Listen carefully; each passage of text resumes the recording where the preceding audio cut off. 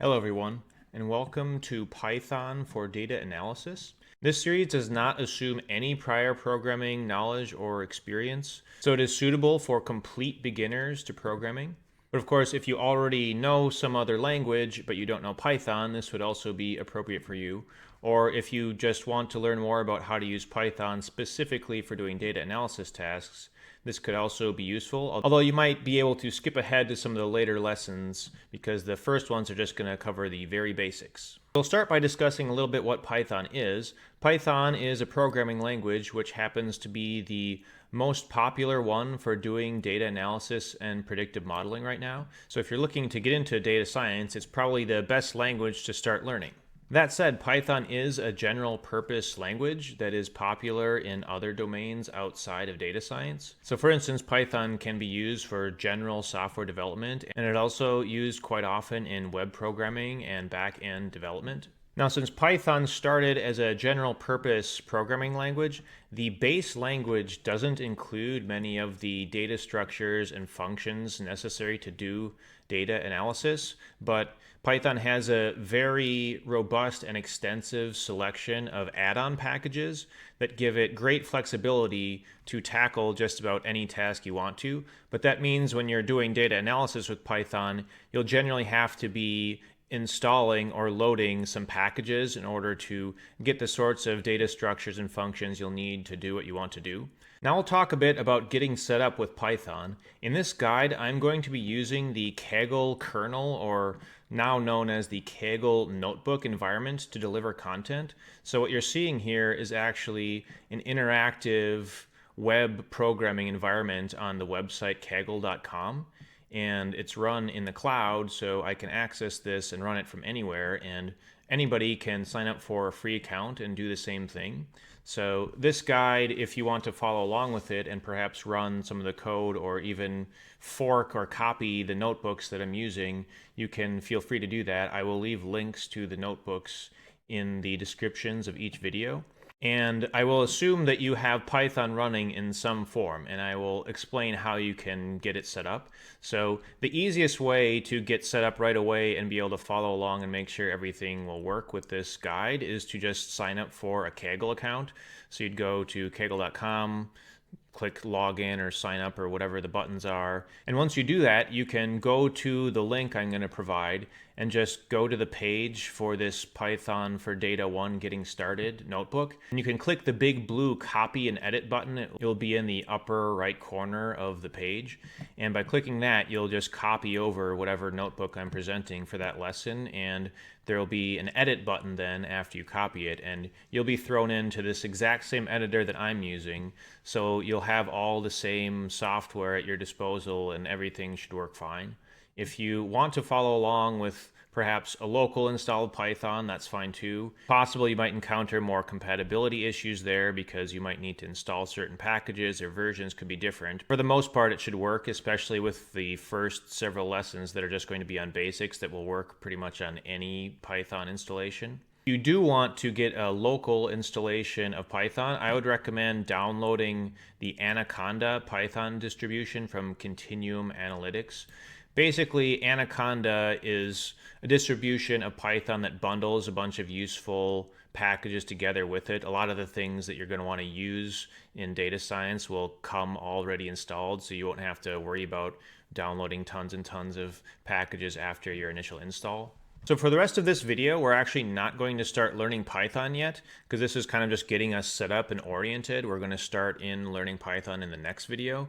For the rest of this video, I'm just going to give you a quick tour of this Kaggle Notebook environment we're going to be using, so that if you do sign up or already have an account and want to follow along with this, you'll know what you're doing here. So basically, a programming notebook is an environment that lets you interleave cells of text and code and present it in a nice format like I have here. So right now, this notebook I'm working with is actually mostly text, but you can put code cells in here as well. So you'll see as I'm moving my cursor around, like this Python setup is a heading cell, and this is a text cell. And if I double click on it, I will actually go into an edit mode where I could add additional text, or I could do various things like make it bold, italic, etc. and then if you press Control Enter, it will run whatever cell you're currently highlighted. For a markdown cell like this, or a text cell, it'll just make it revert to that. But if it's a code cell, it will actually Control Enter will run the code in the cell. So I'll show how to do that. When I'm hovering here, you can see there's a little button that says plus code or plus markdown. If I click one of those, it'll add a new cell. So if I click plus code, now we have a new cell down here with this little brackets. This is a code cell. So if I enter code here and then do Control Enter, it will actually run the code in Python and then print out whatever output it is. So let's try something there. Let's say 2 plus 2. And then if I hit Control Enter, it will run the cell. And we can see the output is 4, so it successfully added 2 together. Now, there are various other ways of running cells and interacting with cells. You can see up here we have some menus. So under File, we can do things like upload or download notebooks, share kernels, check version histories and whatnot. But we can also, under this Run thing, we can run the current cell, we can run the entire notebook, run things before or after a current cell, and do other things like restarting the session. Since I don't really want to keep this cell forever, we can delete the cell. So you can see these buttons here over on the right. These buttons will move the cell up or down in the order of cells you have. This one will delete it, and there's some other options here. But in this case, I'm going to delete it. So the important thing to keep in mind is that there's 2 modes within the notebook. There's edit mode, which is when you're actually in a cell editing it, like this.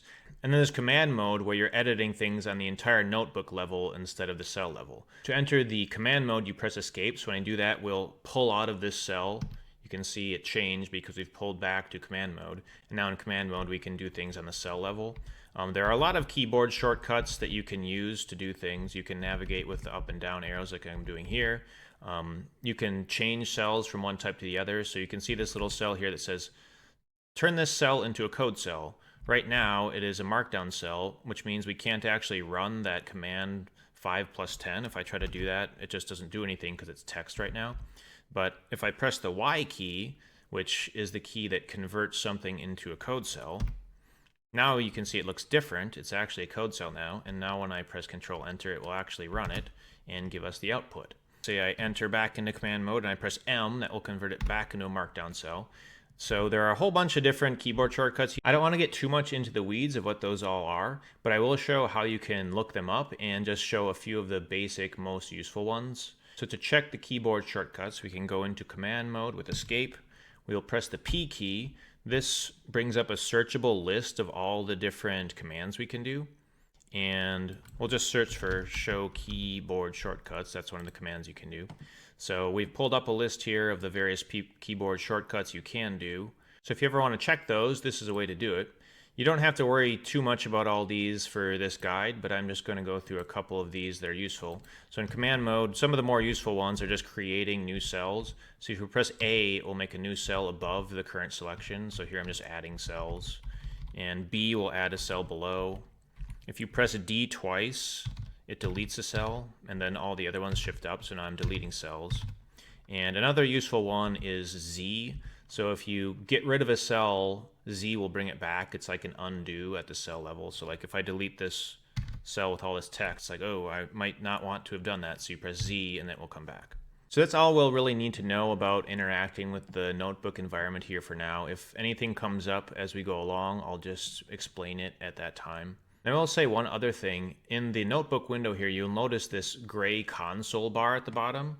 You can actually pull that up, and if you do that, you can just run code directly from Python without having to put it in a cell first. So that can be a nice way to just do some perhaps quick and dirty calculations and things where you're not actually wanting to type things down and save what you're typing. You just want to do some things. You'll notice it also does show the output of previous things we've run. So that's all we really are going to need to know to get started.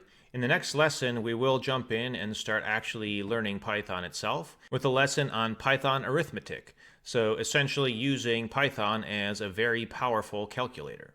So thanks for watching, and I'll see you next time.